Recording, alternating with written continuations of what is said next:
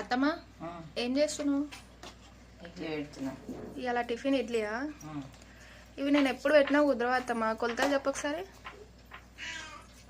అంటే రవ్వ ఎంత తీసుకోవాలి, మినపప్పు ఎంత తీసుకోవాలి? నా అలాగా చాలా మందికి తెలియదు, యూజ్ అవుతుందని. 2 కప్పుల రవ్వ, 1 కప్పు మినపప్పు.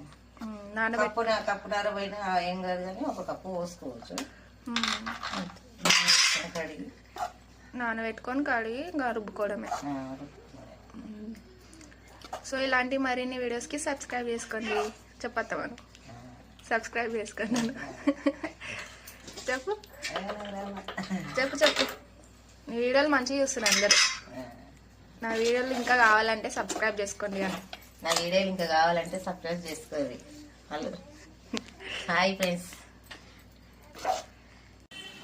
Super super.